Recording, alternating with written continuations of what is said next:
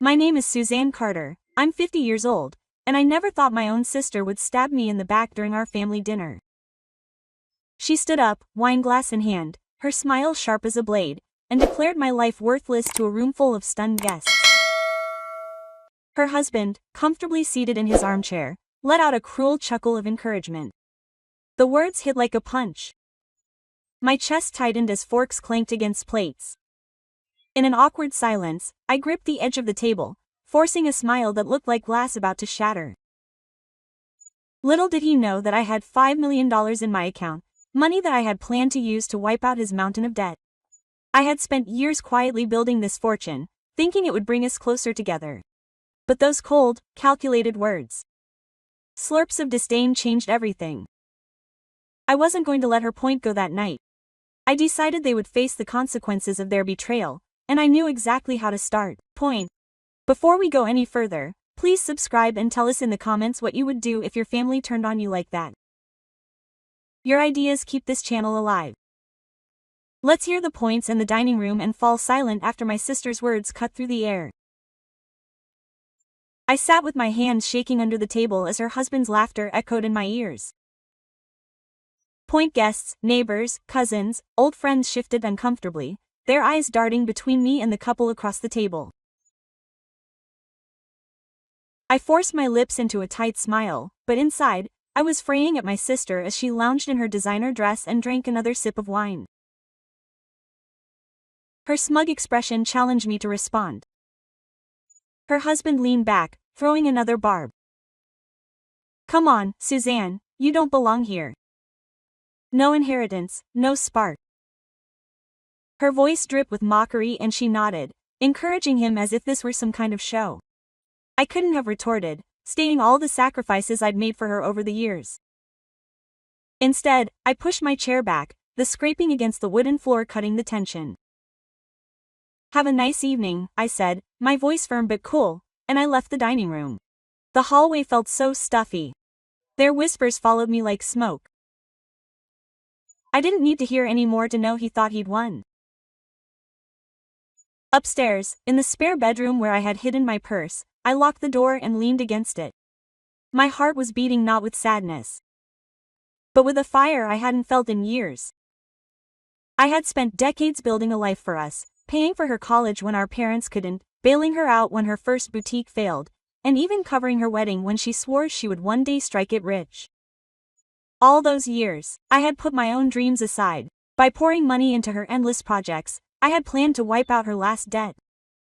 A fortune had accumulated by pursuing her so-called fashion empire. $5 million deposited into my account from years of wise investing was supposed to be a lifeline. But that's no longer the case. Period. Those words kept repeating themselves in vain. She didn't just insult me. She erased everything I had ever done for her. Her husband's laughter was the final nail in the coffin. He thought I was an old maid with nothing to show for her life. Unaware of the fortune I had built, I paced the room, my mind racing. I wasn't going to beg them for respect or throw my money at their ingratitude. Period. He didn't deserve it, not a single cent. Period. I stopped pacing and looked out the window at the dark street below. The car clicked into place. My sister's eye was parked out front, a symbol of her reckless spending. She had always lived as if money grew on trees, thinking I would be there to clean up her mess. Her husband was no better, strutting around like a music industry bigwig while his so-called business collapsed. They had built their lives on lies, and I had supported them for far too long. It had come to that. I wasn't about to entrust my fortune to people who would spit in my face. Instead, I let them face the consequences of their own choices. Period. They didn't know it yet. But I had the power to pull the rug out from under them. Not by yelling or fighting, but by letting their lies catch up with them. I had always been the quiet one, the reliable one. But quiet didn't mean weak. I knew exactly what I had to do. Sitting on the edge of the bed, I pulled out my phone and scrolled through my contacts. Laura, my old friend from my insurance days, would know where to start. Period. She had always been very perceptive and good at ferreting out questionable financial information. If anyone could help me uncover the truth about my sister's debts, it was her. Period. I typed out a quick message. Need help? About my sister.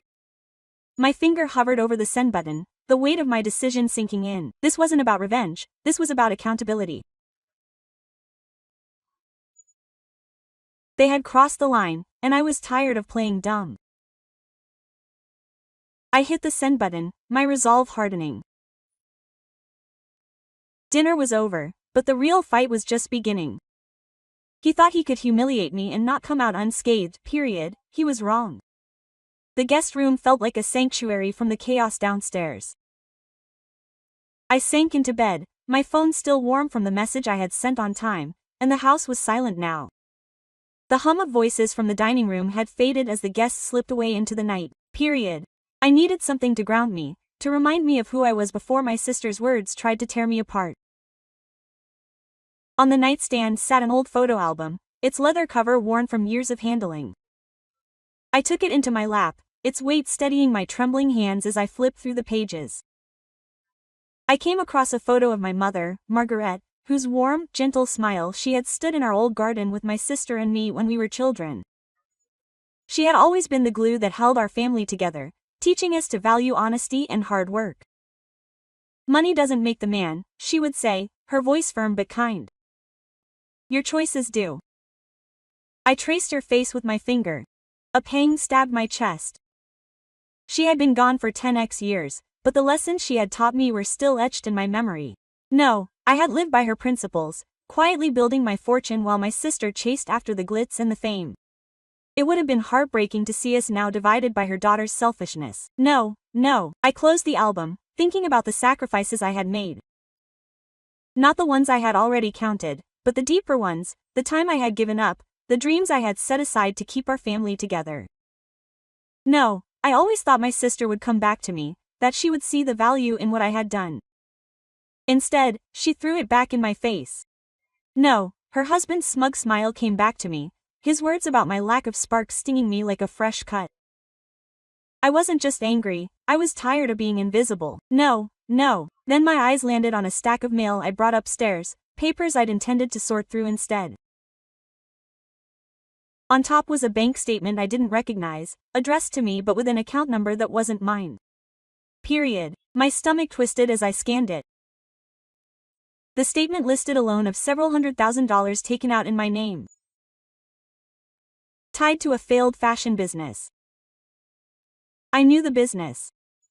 My sister had bragged about seeing a boutique in the fashion world that had collapsed last year.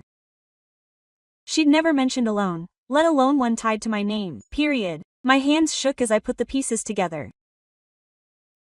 She'd used my identity, my credit, to fund her disaster, putting my financial security at risk without a word. I reached for my phone and my thumb rested on Laura's contact. She had responded to my previous message with a quick, "Call me." I dialed the number. My thumb picking up the pace, point Laura picked up on the second ring. "Suzanne, what's going on? Are you okay?"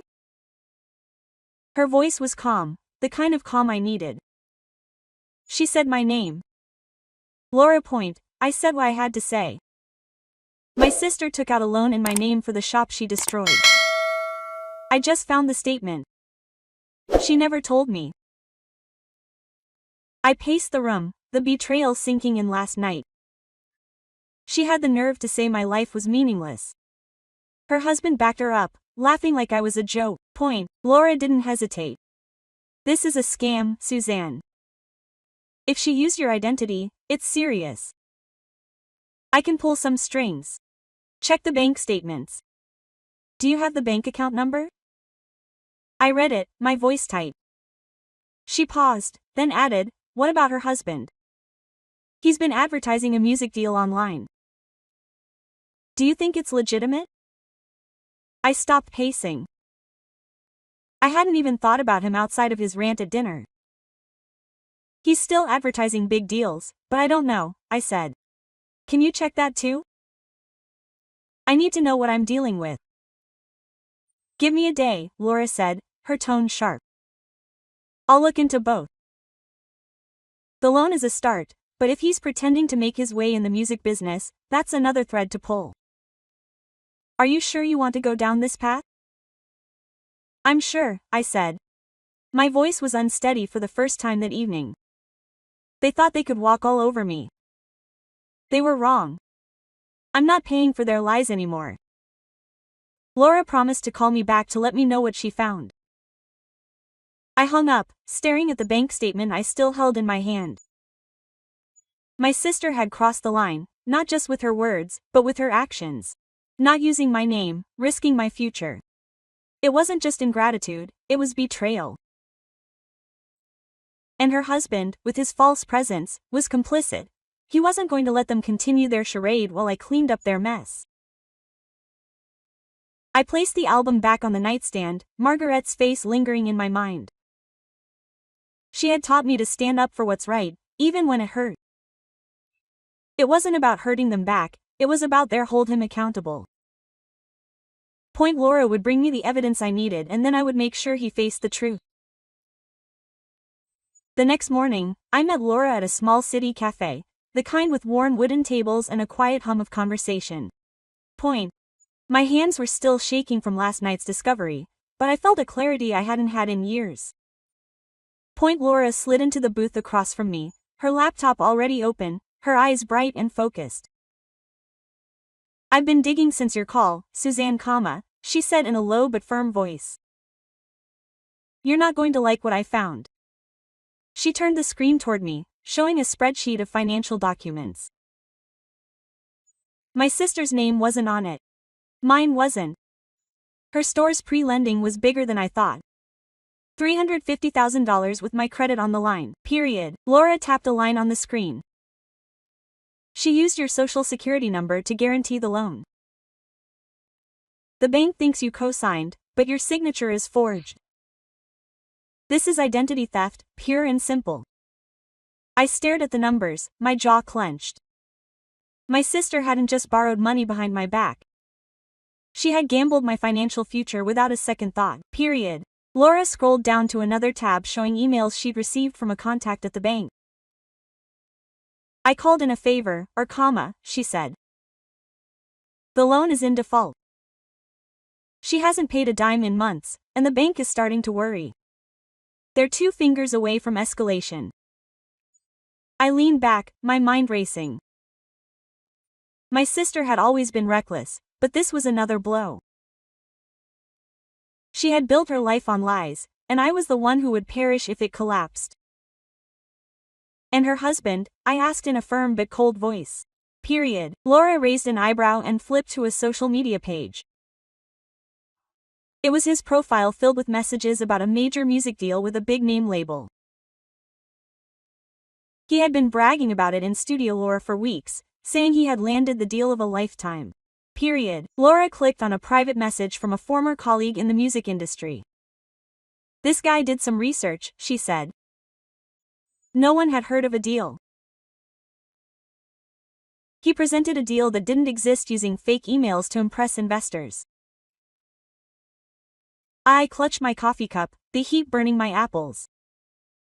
Her husband wasn't just a loudmouth.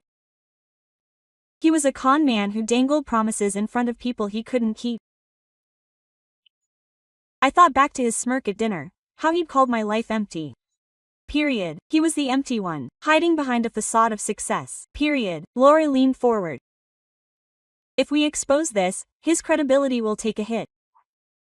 No one in the industry will touch him. Period. I cringed. My resolve hardened. Let's do it, I said. But we have to be smart. No one can know it was me. Laura's lips curved into a small smile. I've got your back. Anonymity is my specialty. We spent the next hour at that table hatching our plan. Laura would draft an email to the bank, attaching the fake loan documents and a tip about fraud. She would route it through an encrypted server so my name wouldn't appear. The bank would investigate, she said. Once she confirmed the forgery, she would come after her. Not you. I felt a fish flying, but I wasn't done. Her husband's lies also needed to be exposed. Laura consulted a blog run by a music industry insider known for exposing scams. This guy has a big following, she said. If we send him the fake emails her husband used, he'll use them. I scoured the blog, whose posts are incisive and unapologetic. That's perfect, point.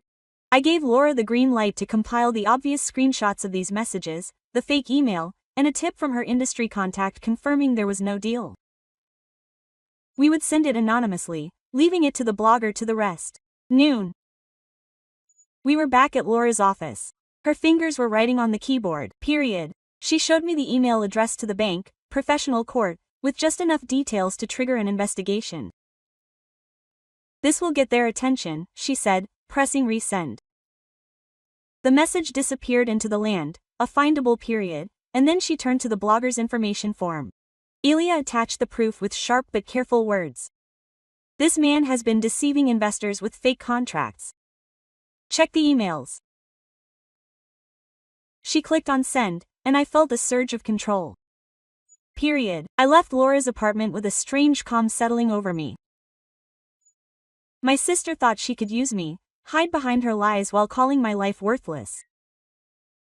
Her husband thought he could play the tough guy by making fun of me to my face.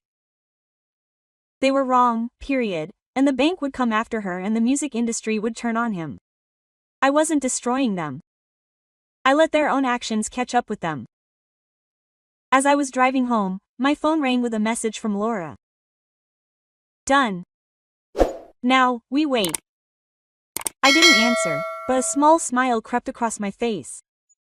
For years, I was the one cleaning up their mess, the one staying silent while they lived loudly.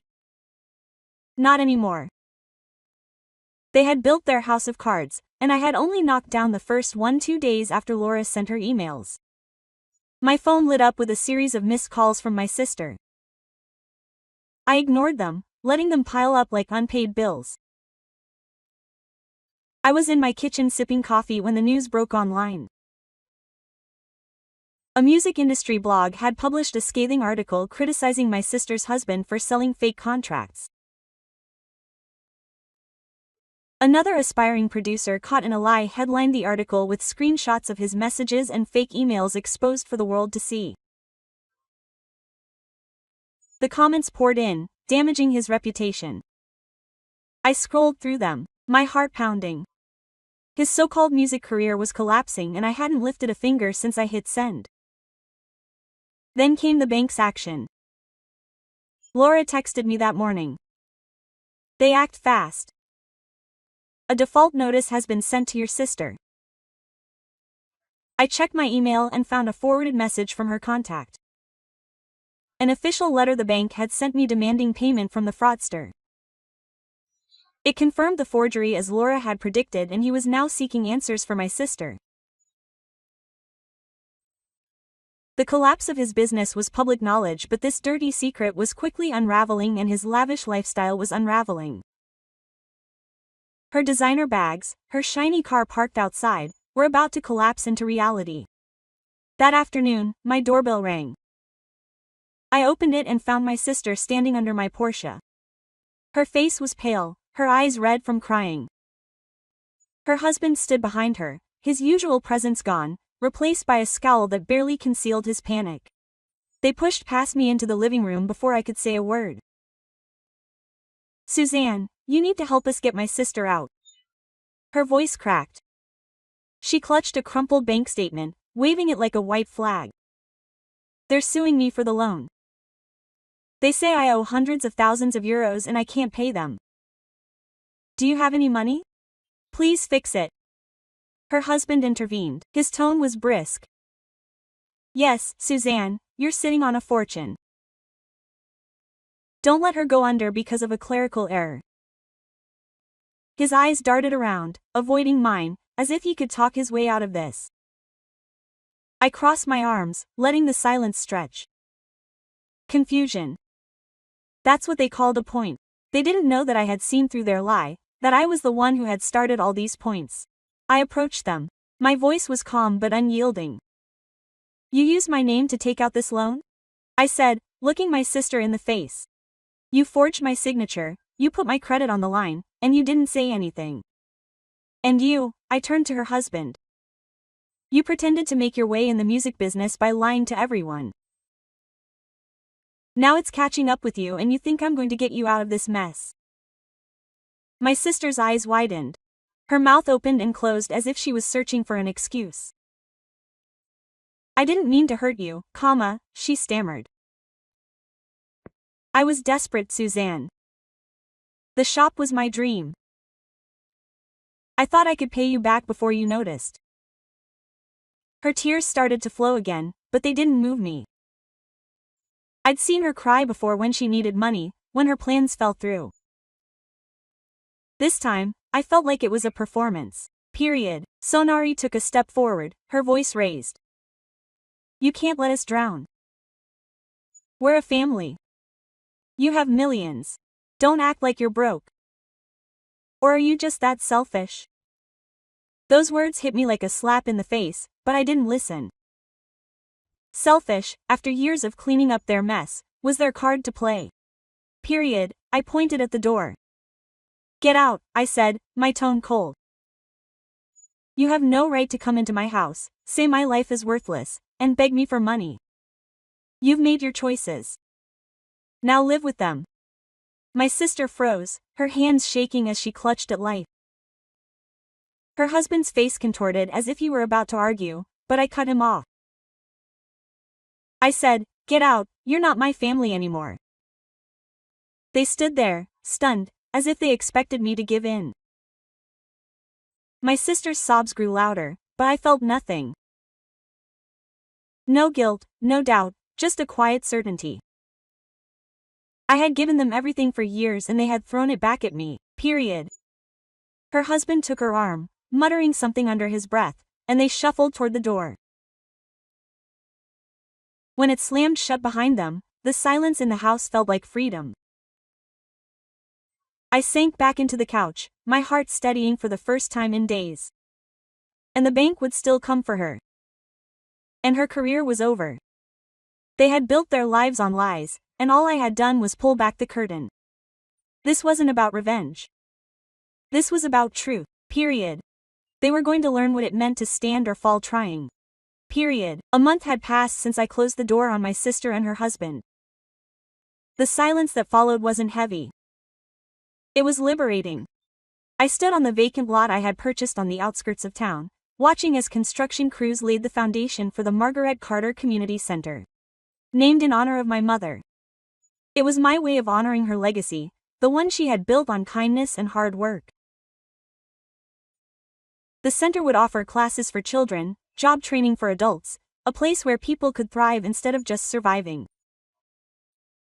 Point had invested a large portion of my fortune, millions I had thought could save my sister. Now it was about building something real, something lasting. The morning sun shone on the steel beams, and I felt a quiet pride. Point and my mother's voice echoed in my head. Your choices make you. I had not chosen that voice out of spite but because it was right. Laura had passed by earlier, her eyes shining as she surveyed the site. Margaret would be proud, Suzanne, she had said, squeezing my hand. I nodded, unable to speak. For years, I had carried the weight of my family, but it was up to me to do it. A dream I hadn't allowed myself to pursue until now, no way back home. I sorted through the paperwork for the center's opening, my desk cluttered with permits and plans. A sealed envelope caught my eye. Hidden between two files. My sister's handwriting scrawled my name on it. I hadn't noticed it before. It might have been slipped through my mailbox a few days ago. No, I opened it, unfolding a single sheet of paper. The words were jumbled. I'm sorry. I didn't mean to hurt you. Please, let's talk about it. No apologies, no promises, just a plea. I read it over again, searching for something genuine, but it seemed too late, too little. I carried the letter to the fireplace. I struck a match and watched the paper turn to ash. There would be no answer, no second chances. She had made her choices, and I had made mine, period. The fallout for my sister and her husband was swift. A local news outlet picked up the story of her business collapse, mentioning the bank foreclosing on her assets, period, and her car, her designer clothes, the mansion she rented. All had vanished under the battering of creditors. I learned from a mutual friend that she had moved into a cramped apartment to find work, period. Her husband's name had disappeared from music industry circles. The blog post exposing his fake contracts had spread, and no one would touch him. Whispers followed him online, calling him a fraud. They weren't just broke. Period, they were invisible, stripped of the facade they had clung to. I didn't rejoice. Their downfall was not my victory. That was their consequence, period. I had spent years supporting them, believing that family meant sacrifice, that family wasn't a one-way street. My sister had taken my trust, my name, my future, and thrown it away for her own gain. Period. Her husband had mocked me, standing by her side as she tore me down. They had built their lives on lies, and lies don't last forever. Period. I packed my suitcase. I packed my clothes for my trip to San Francisco. I had booked a one-way ticket, drawn by the promise of a new beginning the city offered me. I wanted to walk its streets, breathe its air, reclaim a part of myself I had lost in the drudgery of keeping my family afloat. The center would open soon, and I had hired a manager to run it in my absence. My job here was over, but my life wasn't for the first time in decades. I felt light, free from their expectations. As I closed the suitcase, I thought about gratitude. My mother had instilled it in me as a child. To say thank you, to mean it, to live it. Gratitude wasn't just words, it was action, respect, love. Period. I had given my sister everything. But she had never thanked me. Not really. She had considered my sacrifices as due to my life, as something to belittle. Period. Her husband was no better. His laughter was a slap in the face to everything I had done. Their ingratitude wasn't just personal, it was a choice that led to their ruin. Period. I sat at the window and looked out at the street where my sister's car had parked. I didn't hate her, I didn't wish her pain, but I didn't owe her my forgiveness either. Some bridges burn because they were never built to last. That's what my mother had taught me. Hold on to what matters, let go of what doesn't. My sister and her husband no longer mattered. They were a closed chapter, a lesson learned. The community center would be my legacy, not to them, but to the people who would walk through its doors. Children learning to read, parents finding jobs, neighbors building something together. This was the spark my sister said I was missing. San Francisco was my next step, a chance to live for myself and not for someone else's dreams. I had spent too much time in the shadows of their demands. Now I was stepping into the light. I understood that gratitude wasn't just about what you're given, it was about what you give to yourself. I gave myself this: a future, a purpose, a life that wasn't defined by their cruelty. And my sister and her husband would assume their consequences, but I will assume my choices, and I chose freedom. Mr.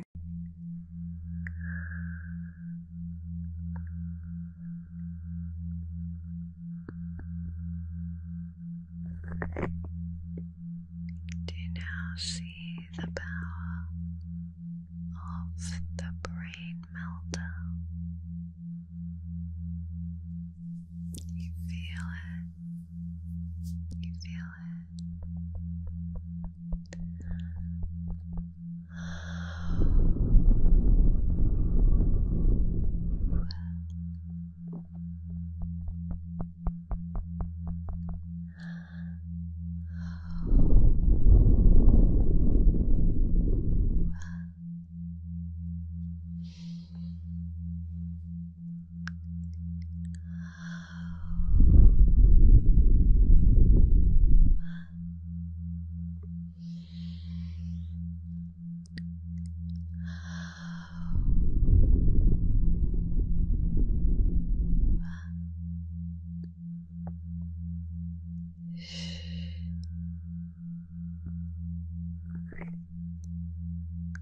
Go to sleep.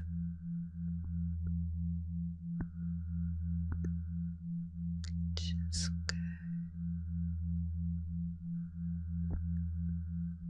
to sleep.